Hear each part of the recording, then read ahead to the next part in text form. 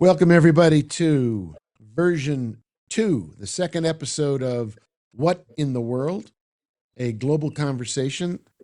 Folks who saw the first episode compared it to a digital campfire of old friends, smart friends, people from around the world who have a lot to share, who talk thoughtfully and considerately with great wisdom about things that matter to all of us, uh, diagnosing problems in the world locally and globally, and then looking for solutions that work for problems that matter. In our first episode, we were represented with friends from Singapore and Sweden, and we had, of course, our Ufi Elbeck, who is waving at you right now from Denmark. Ufi, welcome again. And Thomas Plutzenader in Vienna. Hello. Oscar Motamora may join us later from Brazil. We continue to work on this global conversation that touches all of our lives with people who are really thoughtful practitioners, experienced individuals who happen to also be friends, which I think adds a layer of conviviality to conversations that really matter, but often in other settings focus more on heat than on light. So, welcome back, you two. If Oscar joins us, great. If not, we'll continue with Denmark and with Austria. And of course, I'll be adding some commentary about the U.S. Ufi, I want to jump it right in with you because when we talked last time, you had some really thoughtful comments about the democracy fallacy, the lack of where there is a democracy but there's not participation. What kind of democracy is that? Denmark has been struggling to put together a governing coalition Mhm. rather than a temporary government. You mentioned last time it was a 2% democracy, and 98% of the folks simply don't affiliate with any political party. I think uh, that's a global phenomenon. What's the current state of play with a stable, functioning government in Denmark? We'll ask the same thing in Austria, and then I'll comment a little bit about recent elections and developments as we approach the midterms here in the U.S. But we think of Denmark as this model country that operates with stability and uh, the ability to talk constructively with each other. Where do things stand right now, Ufi? Yeah, I'll come back to that, but just so the viewers understand my comment about 2% democracy and 98% democracy. What I referred to is that there's only 2% of the citizens in Denmark who is a member of a political party. And in the past, it has that amount has been much higher. So still, Denmark is a very stable political democracy because more than 80% of the citizens participates in the elections, and I think that that's important to underline. But people don't want to be member of a political party. They like to take part in the election, but they are using the energy when it comes to political engagement on other issues, more supporting political movements, etc. But political parties, that's not cool anymore. And in a way, I understand it because a lot of the stuff happening in a political party these days are either extremely boring or very top-down organized. So you don't involve people, the membership base, how it was in the past. So right now in Denmark we are facing something which is quite unusual for us, and that is that we haven't got a government. Even it's more than 10 weeks ago that we had election. That's completely unusual, and the the situation right now is that hopefully we'll get a government next week, but it can also completely collapse, and we have to get a re-election. But I personally I expect that we will see a new government come into power next week, and that will be a center-left government. There has also been a discussion about a center-right, and there has been, yeah, that specific group of political parties have had that discussion and had the chance to form a government, but they were not able to do it. So now it's back to the Mette Frederiksen, who was also prime minister in the last government, to see if she can get the parties together. And yeah, let's see where we are in 1 week's time. But I expect a center-left government in Denmark. And for me, that's absolutely a better scenario than a center-right, to be honest. And I'm going to ask Thomas for an update in Austria, but before I do that, a little more context. What is the stumbling block to putting together a coalition on anybody's part? Is the public divided on issues so that nobody can come to the table? There's no consensus about what Denmark should be pursuing as is it primarily domestic policy? What are the what's the big hurdle that cannot be jumped over? There are two um, major agendas in play here. One is the right-wing agenda when it comes to our Muslim citizens and the role of Islam, the religion of Islam, and we see the same right-wing attitude from the right as we see in Austria. Thomas, you can say much more about that when it comes to you. But so the right wing has extremely focused on anti-immigrant rhetoric, and that's a divider for sure. From the left, there's an agenda which is extremely important for them, and that's the green agenda. How can we move from fossil fueled economy to a green economy? And so these two elements are for sure a battleground. Even if most Danes are supporting a green transition, it's still one of the agendas that can split between the cities and the countryside. And I think that's the same picture as you have in US, that you have this redneck identity that we protect our steaks and our big cars driven on gasoline, and which is an identity conflict. Whom am I? What kind of a life would I like to live, etc. But so this anti-immigrant agenda and then the green agenda, that's where really something important is happening in between.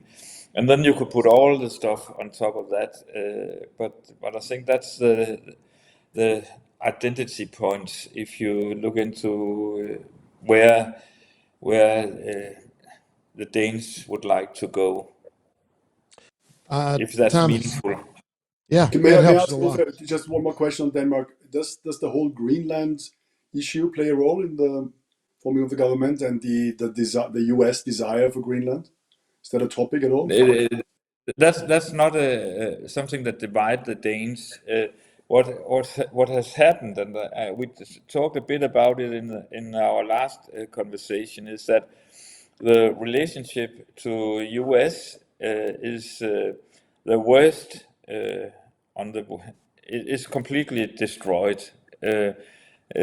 Our Prime Minister Mette Frederiksen, just 2 or 3 years ago, she said that there shouldn't be any division between US and Denmark. We are the closest allies.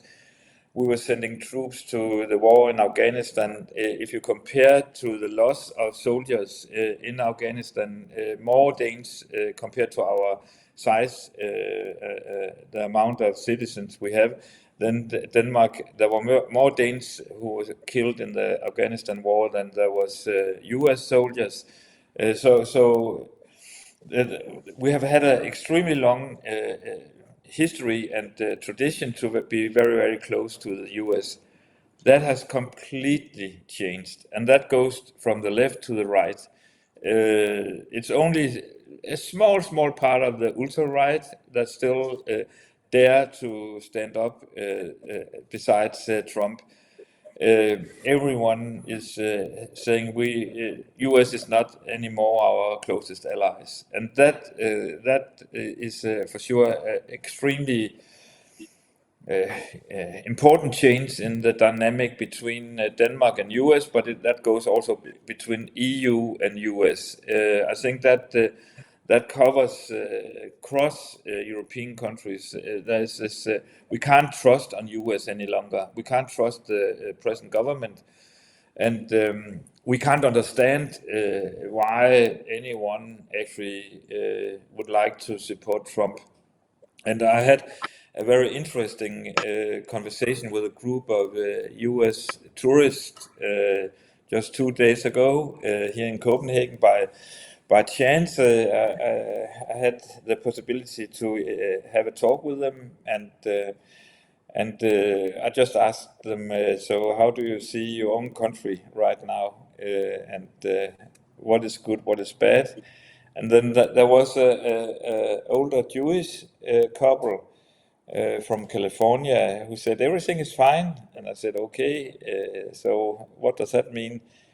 No, but we really support Trump, and I said okay.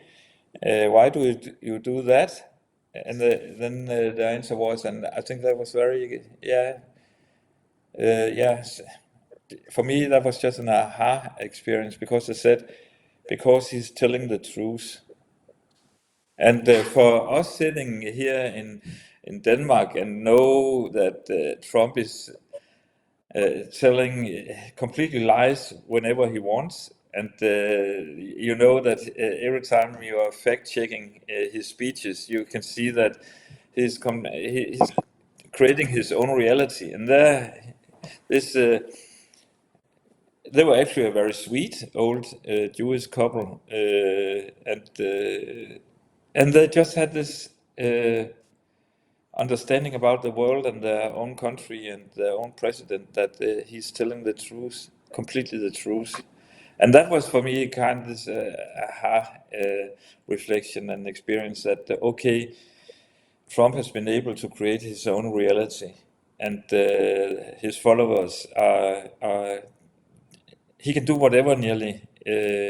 And I think Trump has said it himself that he could commit a murder in New York on the street and no one would take a notice.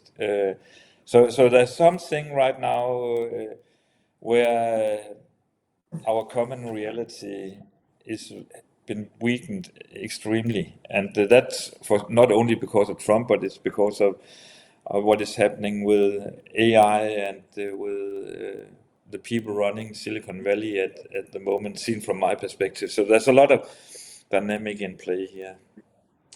Thomas, what's the situation? I think there's some commonalities in Austria in terms of a coalition government. The issues splitting being culture wars and personality politics. Um, Give us a quick update, and then I want to weigh in on the U.S. because I think Ufi, there's more than one version of the truth. Unfortunately, I think there's layers of truth, and when a couple says he tells the truth, I'm not sure they're talking about objective truth. I think they're saying he's willing to say things out loud that everybody else bites their I tongue. agree. I agree. I totally agree. And there's all kinds of nuances, and I think that the older couple, for sure, what they meant was that he's telling the truth about what is important in the world and not. But we can elaborate about that. Right. Maybe they just Thomas. said that he's telling their truth. Yeah, Yeah, he's saying yeah, things they want that they believe are true, exactly, and exactly. They nobody want to else be true. is willing to say, and That's that exactly carries it. a lot of weight. Yes. What about Austria? You've got a right Well, in wing Austria there. You've got a coalition. yeah, Yeah, go ahead. we have a three party coalition since 1.5 years now, which is completely new in this country. Has never been there since the second. I mean, obviously not before the Second World War and not after the Second World War. And the three party coalition is there because they made a coalition basically against the far right, so that they could hinder a far right coalition or a far right government. And obviously, it's very difficult to get things done in a three party coalition. Having said that, given the fact that there are three of them and three parties which come from very different directions, social democratic, Christian democratic, and liberals, uh, and I think they're doing not a bad job at all. It's just more difficult to sell it because it's easier for the outsiders, for the right wings to say, okay, now it's everybody against us. They just their only ties together are the is the feeling and the purpose to hinder us, and we are the only ones who could make a big difference and be good for the prosperity and the common good for the people, which is not true. And I think it would be dangerous if they would be in government. Whenever they were in government on a local level or on a federal level, it ended in a catastrophe. Yeah, but that's basically the situation. I mean, why is that happening? A little bit of historical reasons. After the war, there were the big two parties: the Social Democrats and the Conservatives. And you have to know that after the First World War, there was a civil war in Austria between those two great parties, and they didn't trust each other at all. And when the Second World War came and the Nazis took over, they were both, not all of them, but sort of the elite of them were in the concentration camps, and they swear that they will work together. So that's what they did, is they worked together after 45, especially in the first 10 years when the Americans, the French, the British, and the Russians were here, and their only purpose was to get out the Russians of Eastern Austria, which happened. Austria is the only country where the Soviet Union at that point, as it was called, really left in peace after 10 years. For many reasons, because Khrushchev was after Stalin and they wanted to have the neutrality of Austria within the NATO bloc. So there are many reasons for that. But that was a very, very strong purpose and a big relief for the Austrians and for Austria. But then the two parties still worked together in the sense of, okay, tit for tat, you get something, then I get something, and it was too much of an old boys club dividing the country in two parts. And when I mean dividing the country, we speak about the economy, but we speak about a lot of federations. I mean, we have probably the only country in the world where we have two big auto clubs. For so there was a social democratic auto club and a conservative auto club. And you think, why the hell do you need this in a political way? Or soccer clubs and you name it. Even the Red Cross the Red Cross sort of having a conservative heritage. Then there is a social democratic version of the Red Cross called the Samaritans. So that was a little bit much. And the third party, sort of the far right, then had in the 90s they had Jörg Haider, who was a very charismatic leader. I think, Alan, you might have met him once. He tried to enter our Voltaire meetings in Stift Melk once, and our Yep, good I old friend remember. Ernst kicked him out. But I mean, you have to And say that he was a very, I mean, he was definitely right wing, but he was a very talented speaker and a very talented politician. And he made the third party, or the FPÖ, the far right party, somehow a household name, and it was not seen as bizarre anymore. And they followed up with him. He died in a car accident about I think 18 years ago now, almost 20 years ago, when he went out drunk at night from a gay club, which is an interesting combination coming from a far right party. Um, and since then, his inheritance made an interesting job of maintaining their votes and their success. That's sort of in a nutshell what is happening. But I want to add maybe one idea or one thought. I think, and that may not be true only for Austria. I think I see this also in other countries, in Germany, Italy, UK, and I'm curious what you say. What is the situation in Denmark, in the US? I think people tend to vote more for personalities, for people, rather than for ideologies or parties. Um, in the old days, where you were, from one group, you were a social democrat, you were a conservative, you were a liberal, whatever, and more or less you voted for this party, and you were not switching enough. But now I think people are not grounded anymore in this heritage, in those cultural heritage. They just say, okay, this person is interesting, and I think I like him, and this is why I vote for him. And I think that's also a little bit dangerous, because it's more like a celebrity show, or a TV show, or something very superficial, where you don't really think about what is actually his or her idea. And I mean, that's it's in a way astonishing and sad that after 80 years after the Second World War, where the western part of the world, uh, you think the third generation of democratic movement, after this catastrophe of the Second World War. And I think that the level of education and the level of ripeness regarding democracy is worse than it used to be 30 years ago. Thomas, to what extent are the culture wars that Ufi mentioned, the immigration issue, the uh, Islamic presence, the question of who is us? Years ago, I worked with Robert Reich on a Harvard Business Review article called "Who is Us," and Yeah, it's a question of political identity, but it's also a question of uh, how do we know uh, what constitutes the factors, the values, the cultural uh, demonstrations that make us us? And it seems like all over the world, people are very worried that they're losing their us identity. yeah. We, I remember I mean, years ago. Yeah, yeah. let me just a quick book footnote. Years ago, we were at one of your Upper Austrian events, and somebody mentioned a book about England right around the Brexit period, called "The Path to Somewhere." And the book argues there are two types of people: anywhere people and Nowhere. somewhere people. Mhm. Anywhere people have passports, they fly around the world, they're hyper global. Somewhere people are rooted. And Ufi was talking about the rural identity. I want my lifestyle to be the way it always was.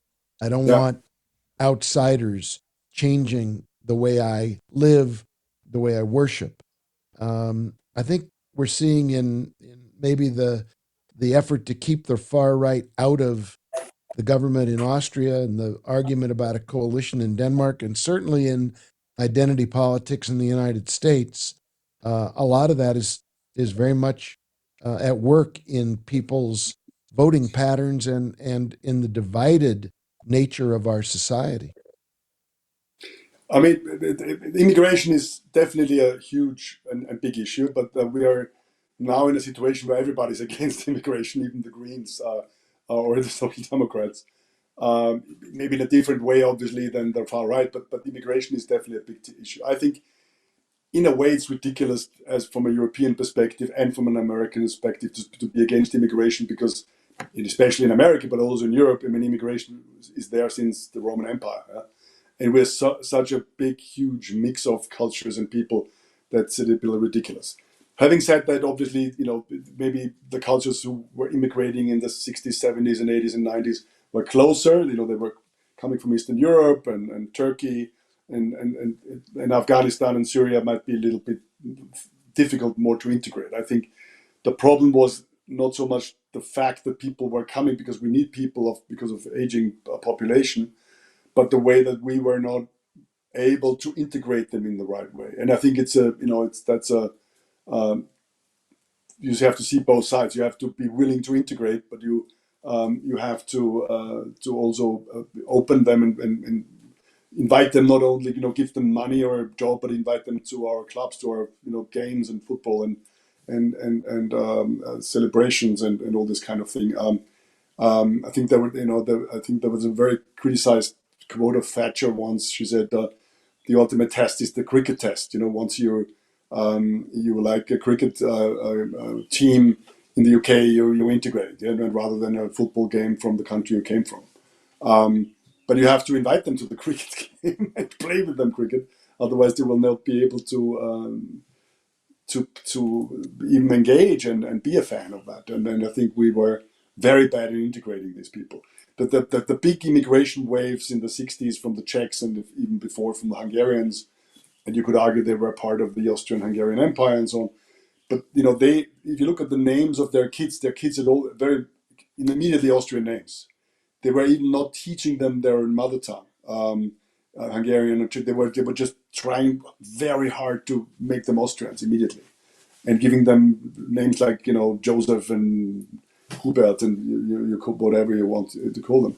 And that's different with people coming from Middle East or Afghanistan or North Africa. I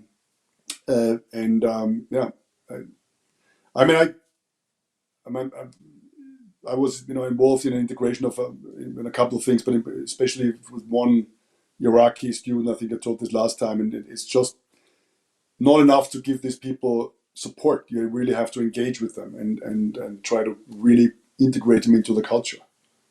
That's and that means to spend time with them and play sports and go to sports events with them, to cultural events, go to the opera, whatever. Opera sounds maybe snobbish, but to go to a concert or whatever. I think that's the secret. I think this is where your Jewish couple was saying Trump is telling the truth, Uwe, that he's giving voice to that sense of otherness that people are very Mm-hmm. worried about. And I think in the U.S., the traditional parties, the more standard Republican Party and the Democratic Party, haven't figured out how to even talk about these issues in a way that gives voters the feeling that they're tuned into an underlying sensibility, and nor is there a strategy for addressing it that's constructive. I think you can't ignore it, and I don't see anybody speaking to it with a great deal of either the kind of approach that Thomas was talking about, where you say, okay, let's make an effort to bring people into our culture, or on the other hand, figure out a way to have a more side by side relationship that lets people live in peace with each other. But this is a huge issue, and it goes to the heart of the rise of nationalism in England. It is really all over the world, at least in Yeah. the countries that I'm tracking. Is there No, go ahead, may I add, Thomas? Yeah. I was living as an expat in Poland in '99, long time ago, and I knew a little bit about the country, but it was definitely not an expert about it. And my Polish was very, very weak and not very strong and not very good. And but I had the feeling that they were so open, the Poles, immediately inviting me at home, trying to teach me their customs, having fun with them, spending the weekends together with them. I felt so amazingly welcomed. And I was not a refugee, which is obviously probably, it's a different ball game. But I was so happy to be there. I was so feeling so welcomed, and and I didn't want to become Polish, and they didn't want me to become Polish, but they respected my culture and I respected their culture, and one of my best friends now are Polish because of this stay there. Yeah? Um, but it's also, this curiosity of each other. I think we can learn from each other so much, as long as we respect each other and see the strengths and the differences. And this is gone now. I think it's always, when people when they see each other on the street and they wear different hats or clothes or whatever, there's almost a hatred on the street, which you can see, which is really bad and dangerous. And here in the U.S., we swing back. We don't have a solution, I promise you, but we've seen the issues swing, just the immigration issues swing in a variety of different ways. Trump rode it to victory in the presidential election. His crackdown on the border and his initial deployment of ICE, I think, was very popular. And now, more recently, polls say when people are asked about what's going on with deportations and with uh, very strong armed ICE tactics as portrayed by the shooting of people in Minnesota or other centers where children are dissociated, separated from their parents. Uh, Even the public is no longer completely supportive of the idea of a tough-minded immigration policy. I don't think we have a handle on this issue in the U.S. or around the world, and I think global warming is going to only make it worse. Um, Let me Yeah. just offer a quick political report from the U.S., Ufi, and then I want to ask you about the political party you started and how you tried to frame some of these issues as a founder of a party. But we see, Trump is a phenomenon. I mean, the number of times we've talked about him here in a global conversation is a demonstration of just how he is commanding the attention of the world. Um, he has taken out opponents from the Congress who were not deemed loyal enough. He is able to command the Republican Party. It's not just MAGA world. It is the Republican Party is Donald Trump's party, and yet his personal polling on the national level is at an all-time low. And as far as I can tell, the Democratic Party, which doesn't have its act together, and issued first commissioned an autopsy, a study of why the Kamala Harris lost the election to Trump, then refused to release it, and then did release it, and then was criticized for not releasing it and for releasing it and for what it says. So if there's a way to shoot yourself in every possible foot, they did it. The Democrats are in no better shape other than at this point, to your point, Thomas, about personality politics. There's a whole group of people who are not happy with President Trump. They don't like the war. They don't like gas prices. They don't like the cost of living.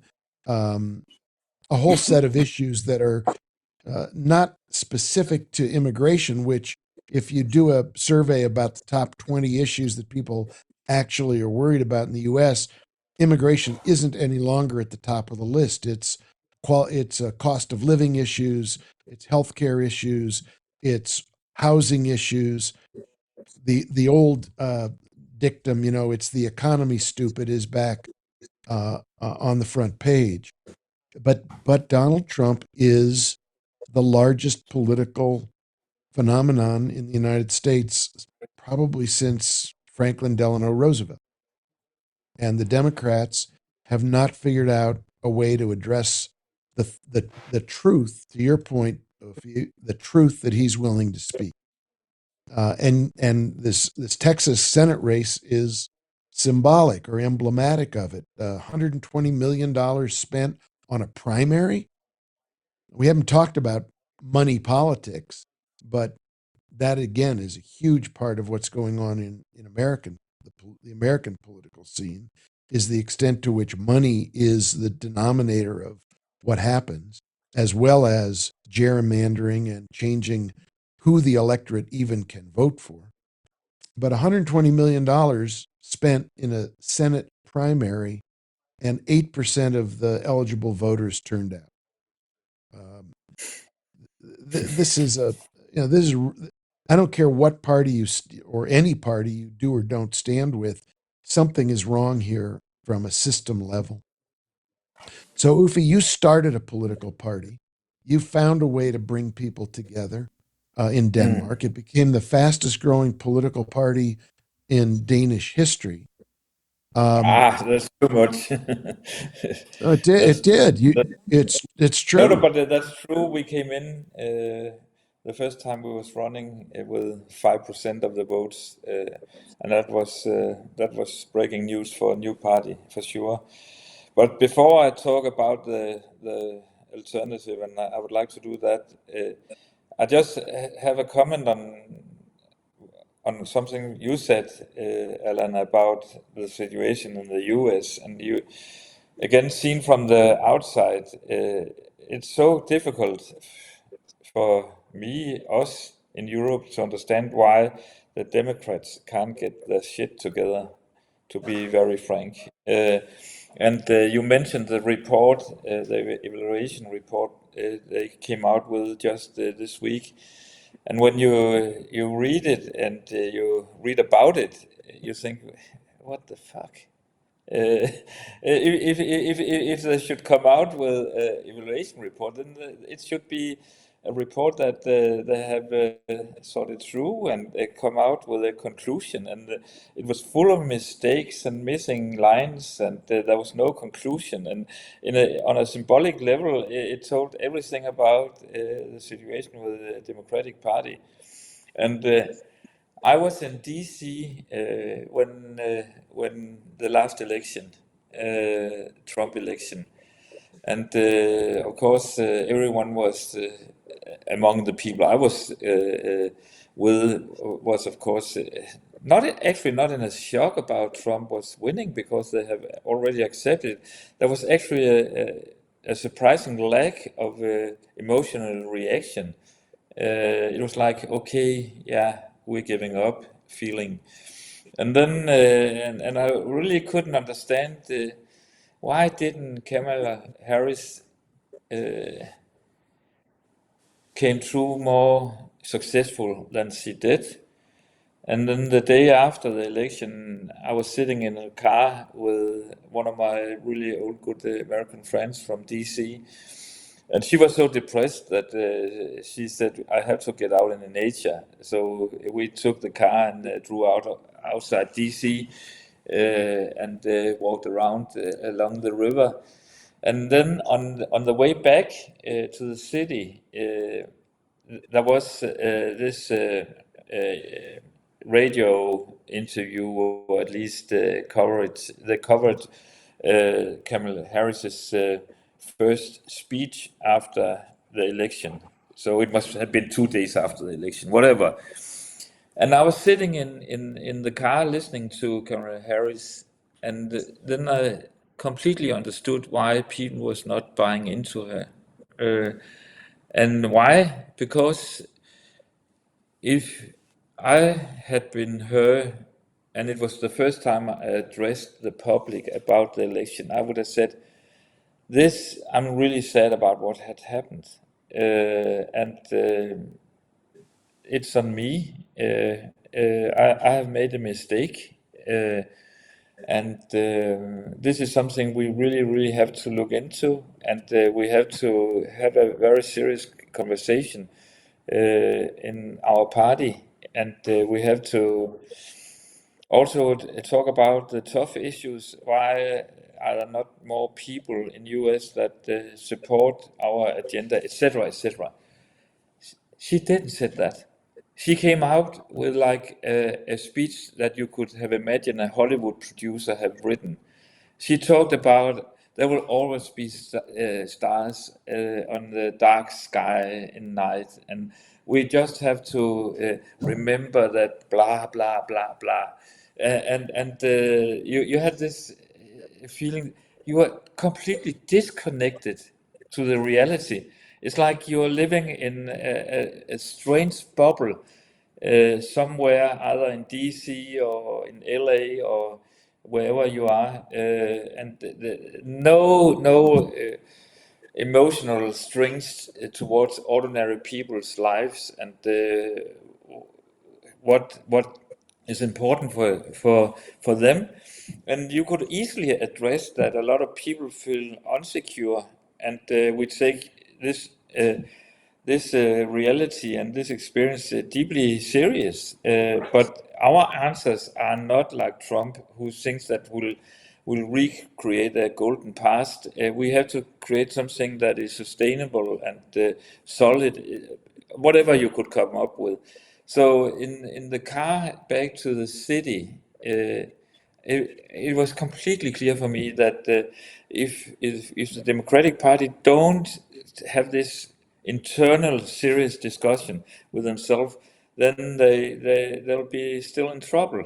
And then 2 years after this report came out this week, and it seems like there has been no honest discussion about what happened, and that's really, in my opinion, a sad story about the situation in the Democratic Party.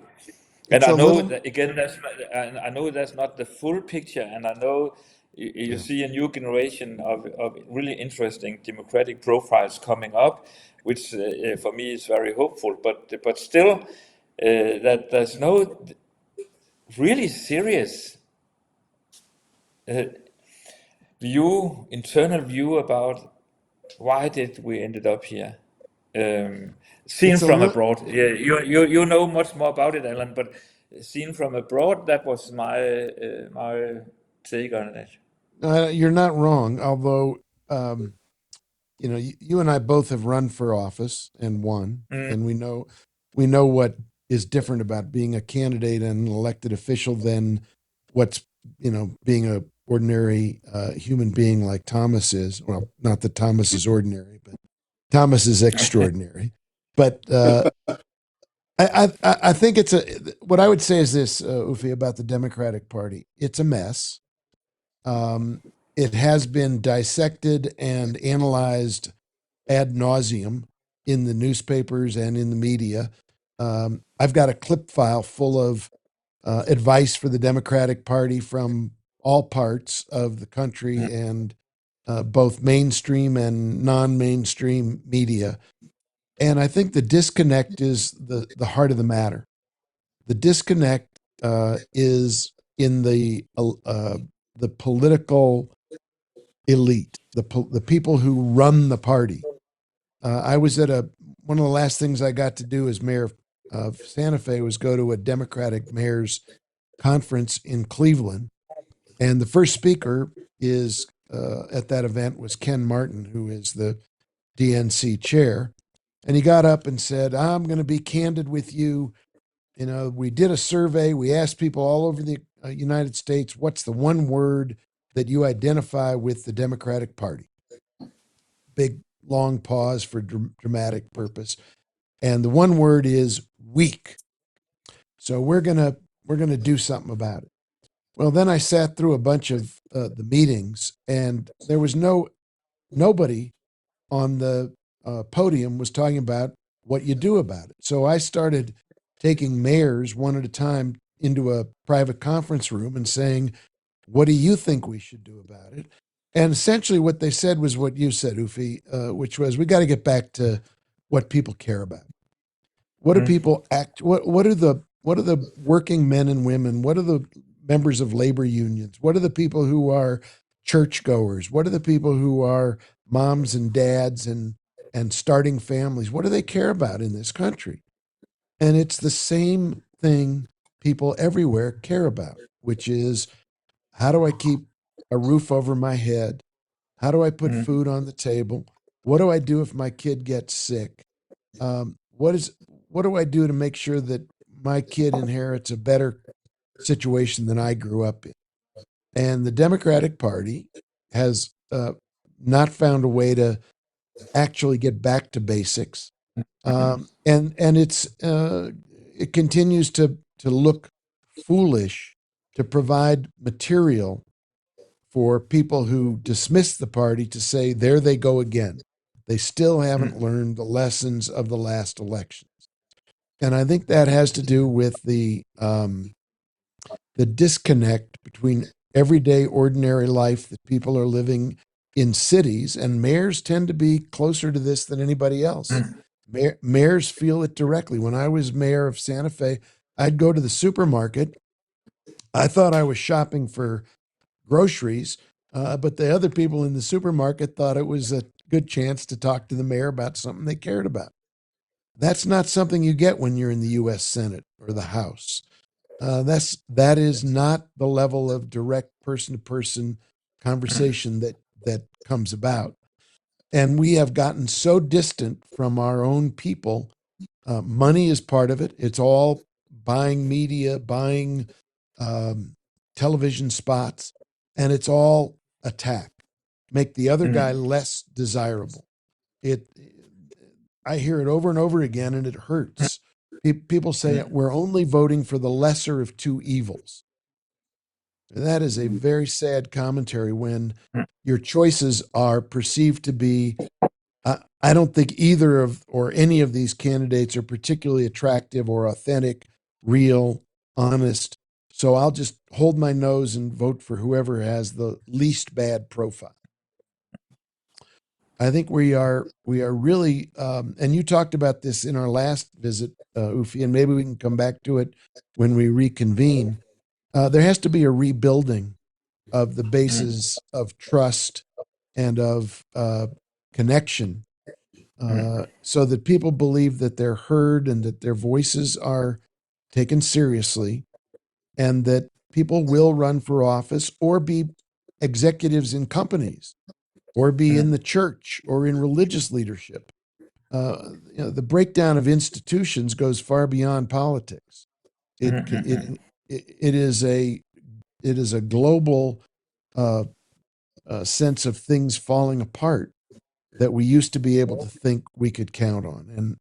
And you've said there are some sprouts, some green sprouts growing that give us reasons to see new versions of opportunities and ways to solve problems that break away from the old solutions. We need more of those. We need more of those. We got a very few minutes left. Thomas, I don't want to leave this conversation without commenting. You're commenting, and Ufi, you may want to jump in too. I think something very remarkable happened last week, and that is the first American Pope issued an encyclical and then had a press conference about it to talk about his and the church's view of artificial intelligence. And this has direct bearing on everything we were just talking about when it comes to jobs, when it comes to the concentration of power and money in fewer and fewer hands, and the risk of a future in which artificial intelligence really changes the way we live, and not to mention the way in which perhaps we conduct wars so that we don't even have humans attempting to moderate the way machines make decisions about the way we actually settle conflict. You spend a lot of time thinking about the Catholic Church, and I know you've have friends in the Vatican and in Rome. Um, how does the how does that encyclical sit with you? Well, I think it's a very, very strong message. It's a very positive paper. The fact that there are a couple of things which are amazing about it. First of all, it's the first time in history that a pope himself explains the paper, not just releases it and someone else is making the interpretation. That's a big step. It's obviously in the tradition of his forebear Leo XIII when he made the Rerum Novarum at the end of the 19th century, when the Industrial Revolution became to its height. So he sees this in a parallel tradition of what is happening then within the Industrial Revolution, now that we are at the more or less beginning or the first hype of the artificial intelligence, making another complete huge social revolution. I think a couple of other things which are interesting: the fact that he included Anthropic inside as experts, I mean, Leo the 13th did not include Rockefeller or Carnegie into Rerum Novarum. They were just sitting in their libraries and writing something about it. They were aware of the fact that this will be a huge change and a huge problem, which in the end, simplified said, went to the First and then to the Second World War. And the fact that he included into his thoughts expertise from anthropic is, I think, amazing. The fact that Pope Leo is a mathematician is also interesting. So you really can understand what is going on with artificial intelligence. I think we never had a pope with this kind of experience in education in the last, probably since Pio Nono or even before. So because the fact that he's a mathematician and a theologian, that he was a bishop outside his mother country, that he is coming from the US, that he was the head of a huge order of the Augustinians, that he was then in the Vatican in the Curia. So I mean, there's so many different jobs, which included that he did in the last 20 years, which is an amazing experience. I think he's a great man, and I think the paper is important and interesting. And the resonance, at least in the German-speaking countries, is amazing. Germany, Austria, but also, as I saw in the UK, not German-speaking, obviously, but is great, and that's good that people think about it in a second thought. And I mean, I think we have to deal with it in a, first of all, what does it mean for society? What does it mean for new jobs? What kind of new jobs will there be? What kind of new education do we want for our kids? What kind of education do we want for people who are now middle-aged? In a different way. What is how do we deal with all these questions? And the big question about regulation. And I think we have to regulate it in a way, and because we are regulating traffic with cars, we are regulating weapons, we are regulating drugs. There's so many things which, for good reasons, are regulated. We have to regulate also AI. If he did that, the encyclical play in Denmark? Yeah, for sure, and I totally agree on what you said, Thomas. Point for point, it was actually fun that we have this conversation now, because I was on a national radio show this morning. There's a very popular radio show for 2 hours from 10 to 12 here in Denmark, and I was on the panel, and we spent maybe around 40 minutes on exactly this discussion. So this is also something that is a mainstream discussion, and the case that the Pope has come out with this paper and has been had this very strong voice on it, also a personal voice, has that creates headlines in Denmark, even if we are not a Catholic country. So this is something that has been noticed. And I think if we should make a bridge to what we've talked about until now, I think that this is also a pattern. I see that people don't trust politicians anymore, and they maybe even absolutely not trust their business community anymore. So who can they trust? And that's where the religious institutions come into play.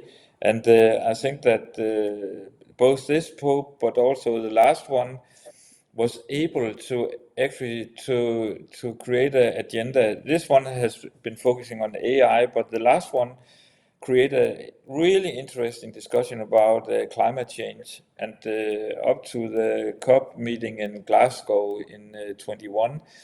The former Pope actually were able to make a religious alliance with other religious institutions, both Buddhism and Hinduism, and religious leaders from different religious schools, so to speak. And I think that's also part of what we're seeing right now, that if we can't trust the media, if we can't trust our politician, if we can't trust the business or the private companies, who can we trust? And for a lot of people around the world, the last one standing, at least in their own perspective, is the religious leaders. So I think that there's something interesting in play here that goes beyond the specific agenda. I hope you're right. I have a slightly different take on it.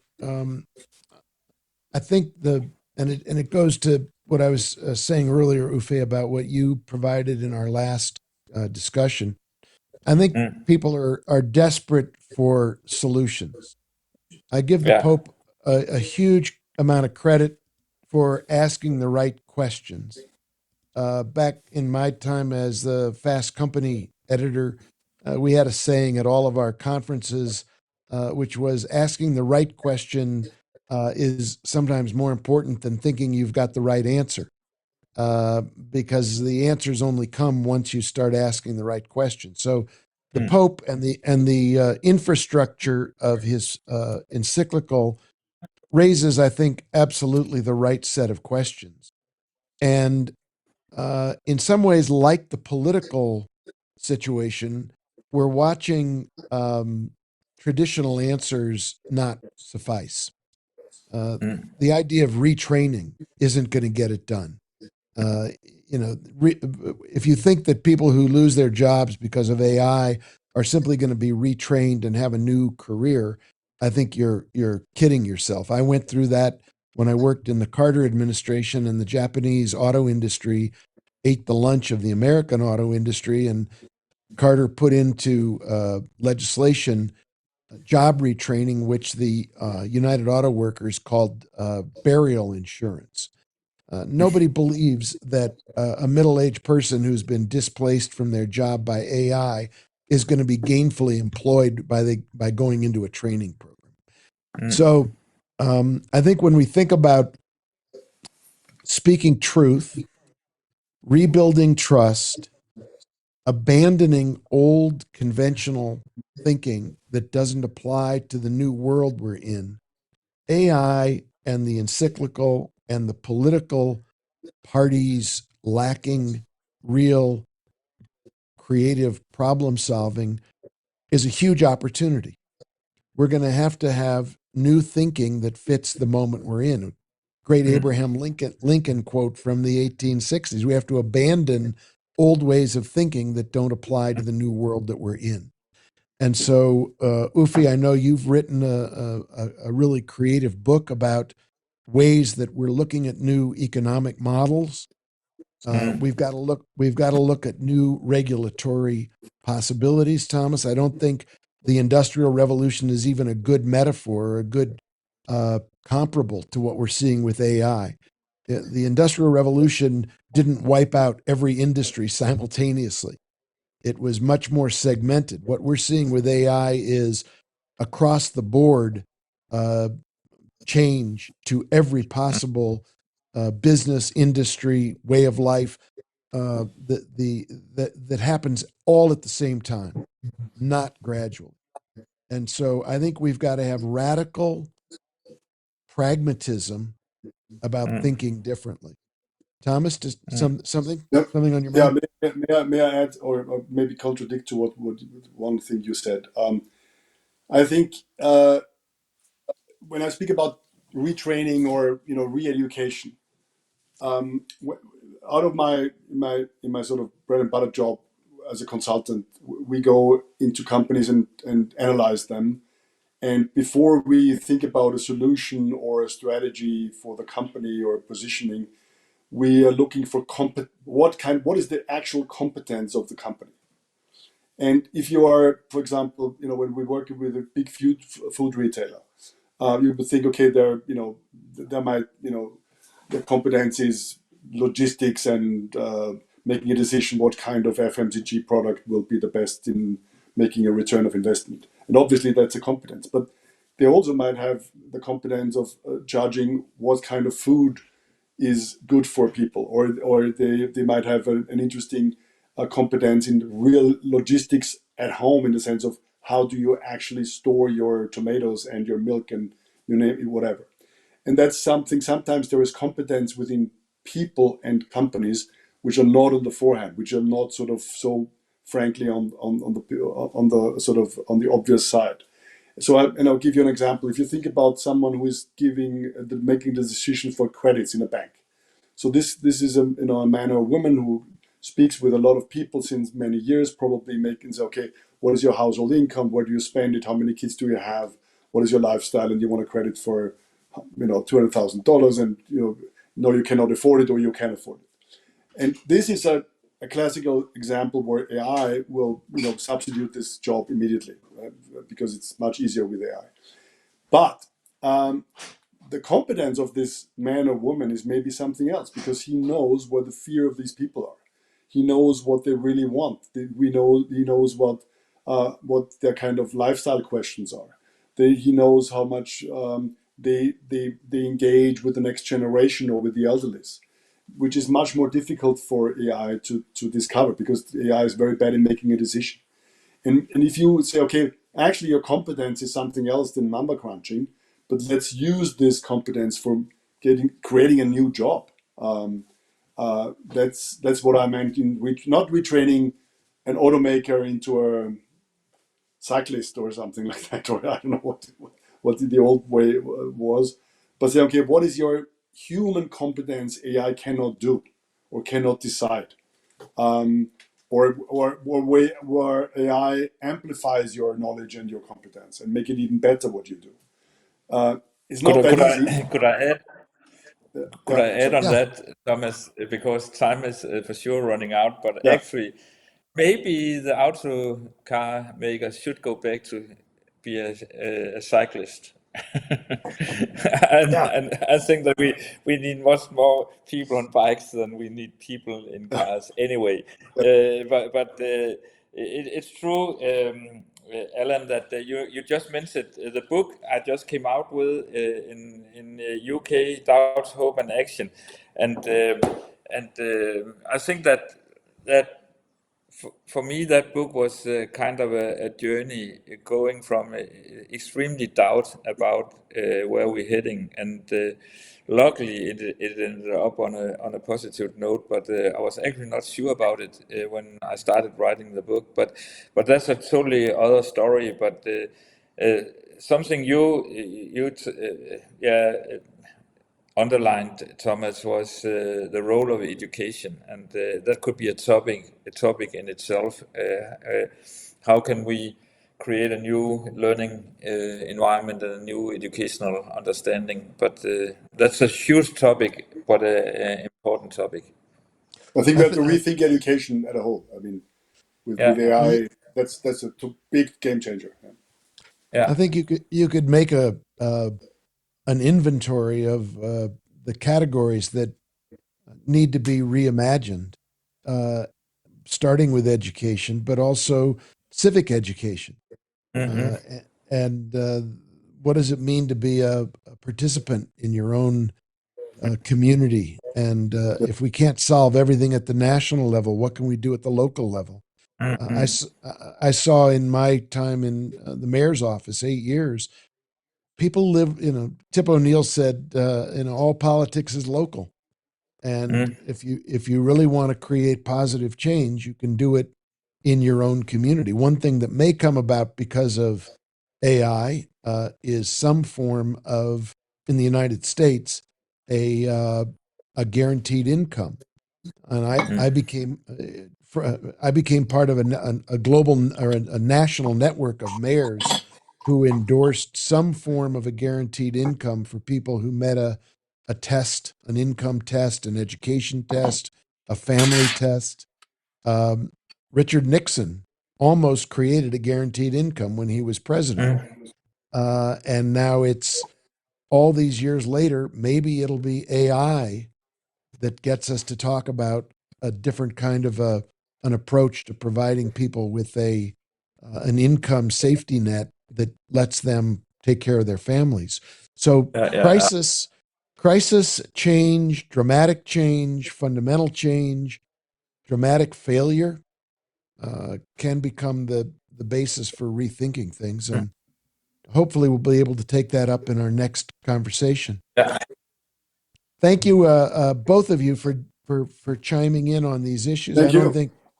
I don't think podcasts usually have the quality of thought that you guys bring to the table. So I'm very, very grateful to you. Grateful to Adam for running the Thank you. board, making the technology work, and we'll be back again soon with our podcast number 3. So stay tuned.